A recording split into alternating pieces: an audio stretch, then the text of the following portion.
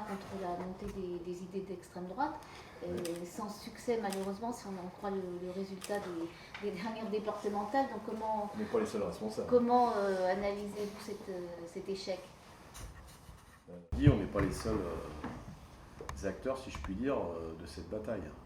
Et donc, par le prisme du syndicalisme, on travaille sur deux idées fortes, sans ordre de priorité.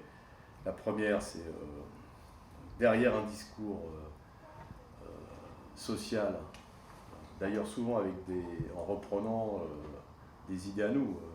Le Front National tente de se faire passer pour un parti politique répondant à des aspirations sociales. Alors dans la réalité, y compris dans son programme, il y a peu d'attaques contre le capital, parce qu'ils ont aussi une partie de leur programme qui ménage beaucoup le patronat.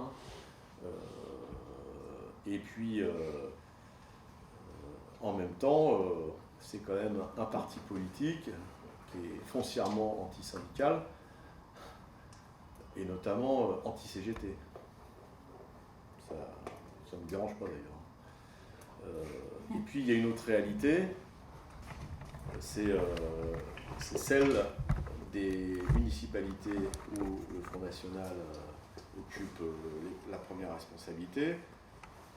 Par exemple, il y a à Béziers pour le 6 mai une manifestation à l'appel de plusieurs syndicats et les organisations de jeunesse pour dénoncer la réalité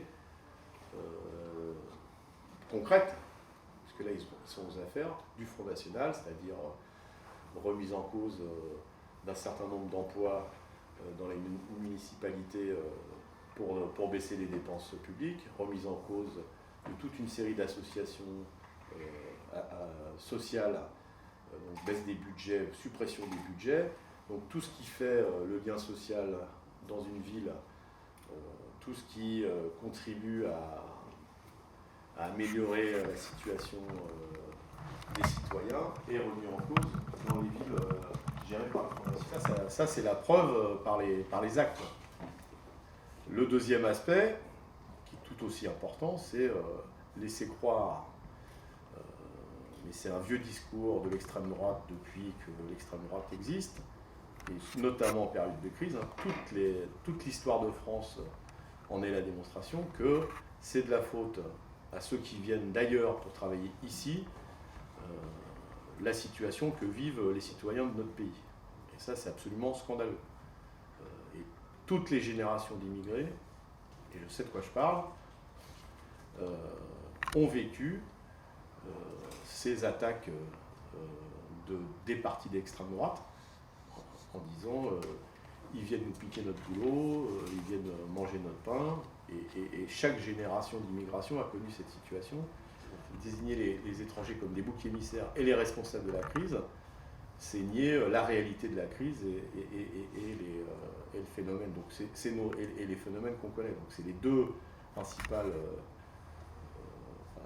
les principaux axes de notre campagne contre le Front National, et qui nous fait dire que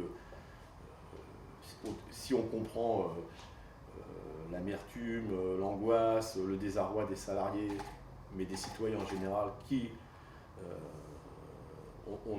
on leur dit que le vote Front National, c'est accentuer les problèmes, et surtout, c'est pas les régler. Donc forcément, après, toute la campagne qu'on mène autour des questions sociales, et nos